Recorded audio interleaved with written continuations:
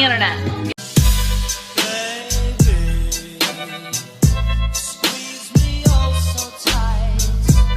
Y'all, I was going through it. My ex came back and he just fucked with my head. What he loves to do best, that's one of his biggest hobbies, is come into my life every year and just fuck me up. So he's great, he's great. He is my karmic partner, and at the end of the day, I am very grateful for my karmic partner because he was placed into my life for a reason, to help me grow and be a better version of myself, which I am today. So kudos to you, you fucking piece of shit. I want to talk about karmic partners, why I chose celibacy, sexual energy transfers, because it all kind of wraps up into one. And I knew you were dangerous, I sat through your games and played. Why am I so attracted to this person? What does that say about me? That's the tea. That's the tea. Welcome. I feel like it is my job. If I'm always posting about like the great things about my life and all these things, I do talk about my struggles, but like, let's talk about it happening in real time, why don't we? I don't want to glamorize this whole thing I'm doing because it's bullshit. I'm just kidding, but like, it's not bullshit. It's like all for the greater good, and you want to go through this to get onto the other side. Now, I just saw this post and I feel like it just describes it perfectly, at least for what I'm like, feel like I'm going through right now. So if you guys all know, it is Mercury Retrograde, and Mercury Retrograde is a scary ass time. They're going in a different direction and all the planets are all fucked. Me trying to describe Mercury Retrograde.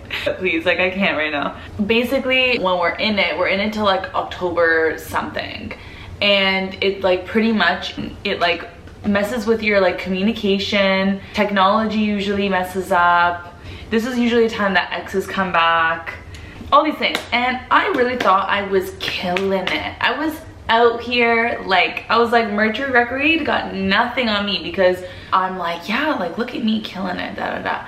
And then, bro, I'm laying in bed, I get a message from my ex, and I'm like literally shaking. I'm like literally shaking, and I'm like, no, like, no. It's just why. It's just why. Mercury Retrograde got to him, got the best of him, and he was trying to ruin my life again.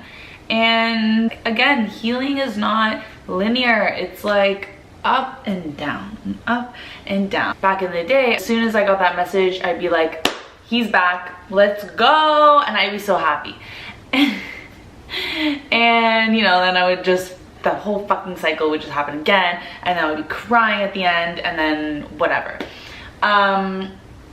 This time around, I'm just more like angry, and like a part of me wants to like repeat the old cycle like so bad. And it's moments like these I want to just be like, can't I just like have a little fun, good times? The easiest thing is to just go back to old habits, but it's not what I want to do.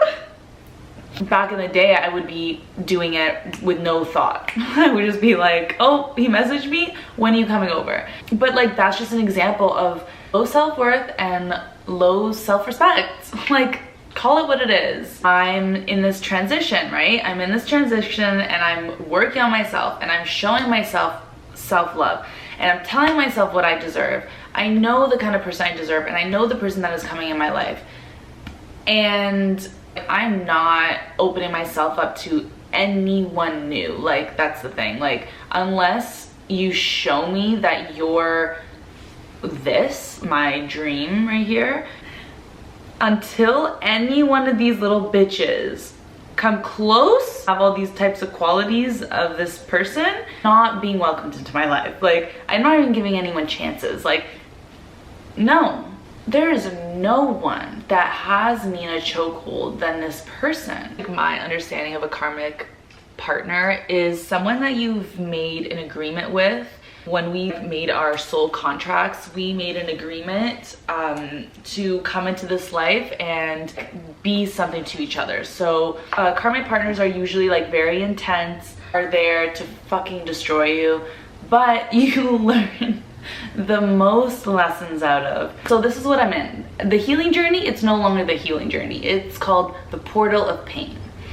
We beg and we plead to the universe. We say, I drop to my scareless knees to live my life, I need to just restart. We say, I drop my scarless knees to live the life my imagination sees. But so many want the dream, but don't want to feel the discomfort that request will bring. You know, it's like, I'm like, please, I want this and I want that. But then I get a fucking trigger. I'd rather just go back to that because that's comfortable for me. Rewiring the letting go, the sacrifices that must be made in order to return all of our fragmented pieces back as we sit here and now already whole. And it's like, that's what I've been working on. The rewiring and the letting go and the sacrifices. And I was doing a good fucking job. My last video, I was killing it.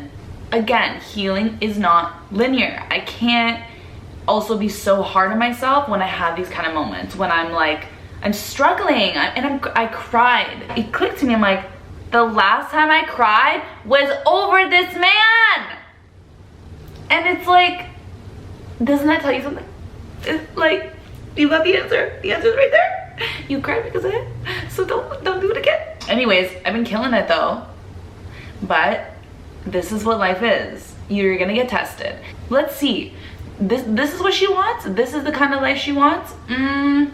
Let's see if she's ready. Let's send him her way. This is her favorite toxic person. On my phone. Bing, bing, bing. And now I have to prove to them that I'm ready. Do you hear me? I'm ready. I'm ready. I promise. Okay. To leave one frequency means we release a once lived reality. Comfortable and sometimes stagnant, we sit until we fully allow our perspective to silently shift. It is then we can feel the wisdom, embody the wisdom, and then speak what the insect's metamorphosis shows.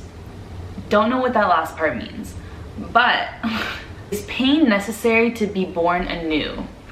Maybe not, and maybe so. What I do know is that it is an opening guided by the oversoul. Pain and bliss are lovers. Hand in hand, they walk one another home. Pain and bliss, they walk one another home? Our biggest lessons come through pain. And so if you want the transition, then space must be made from within. Cycles and cycles and cycles and cycles are moving through you. From your muscles, your organs, your mouth, your pussy, and all the deepest of deepest tissues. Unfold, surrender, the sweet nectar of a new beginning is being magnetized to you.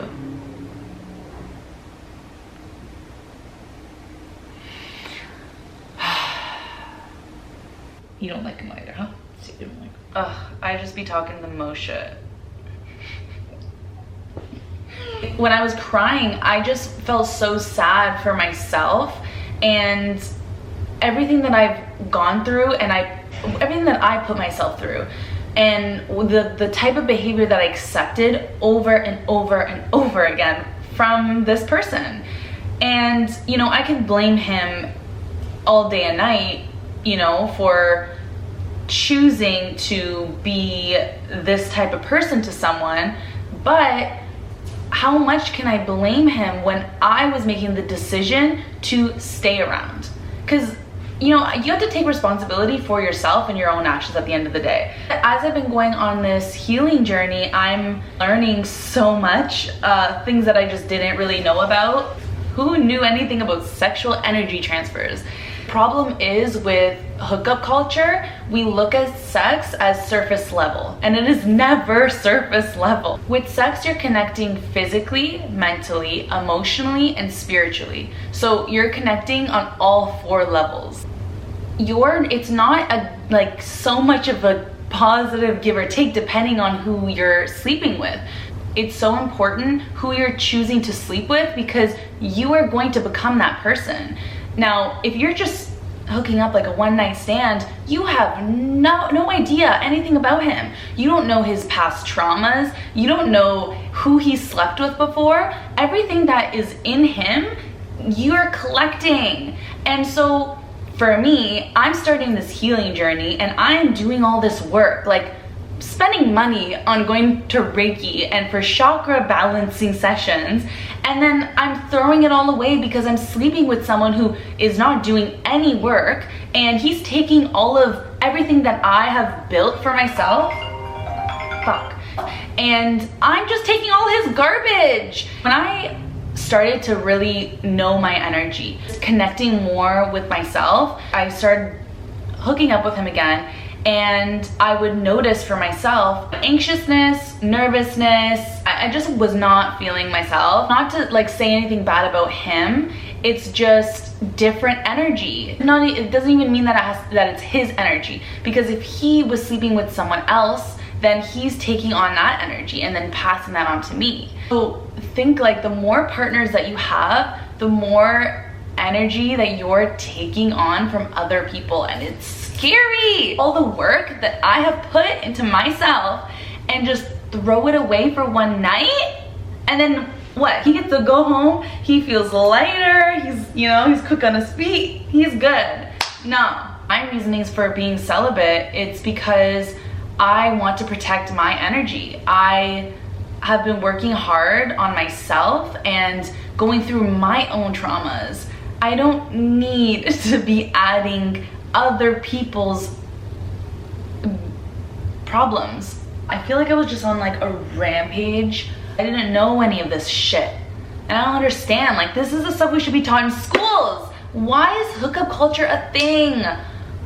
And it's like, who does it benefit? And then it's like, women want to feel empowered, so we're like, yeah, we can be like men too. We can have sex with a bunch of people. And it's like, yeah, we can, because we are sexual beings as much as men are sexual beings. But it's not even about that. It's like, we don't want to be like that. Like, first of all, using and abusing women, only seeing them as sexual objects, and not respecting your own body. Learning to love yourself is also about, respecting your body and respecting your own energy. And I'm saying this to the men too, like this whole idea, the patriarchy, everything, it's bullshit. Like everyone wants pleasure, and everyone likes to, explore that with people. And anyone that wants to, be intimate with other people, like that is totally fine and your choice. But just, I think it's more so about making smart decisions on who you are letting into your body. Is this person going to benefit me? Are they going to drain me? This is just hilarious to me. Now we have this version of me. This version of me is the one that you guys know from my last video. This is Peaceful Rachel. She is back. Mercury Retrograde, what I just went through was exactly what I needed to go through. I had an opportunity to revisit and reflect a situation that I, in my past, have gone through these horrible old patterns and cycles, and it was just ongoing. I feel so much stronger than before because I've had a taste of what true peace feels like. And I was scared because, this old version still exists, and now this has given me an opportunity to look at my shadow self. I need to really sit with myself and ask myself these questions, like, why do I feel like I need to go back? What am I missing in myself that this person can give me? As soon as you elevate, as a person, you should only be attracting people on that same energy. You're only accepting those types of people. So as I've been growing, he no longer is fitting. I've learned my lessons and I'm so grateful for him for that. Going through these experiences, we have to remember to be easy on ourselves. I needed to tell myself, it is okay that you're having these feelings. It is okay that you are triggered. Don't go through those emotions. Sometimes you need to fall out of alignment in order for you to rise. Reminding yourself that you're not backtracking. You gained an opportunity to come back to yourself and to come back on a deeper level. I'm so happy. So I am going to do lots of reflection today. But thank you guys for coming along this fun little journey. And yeah, we'll talk to you soon. Have a beautiful rest of the week. I love you guys. Yeah. I hate him so much.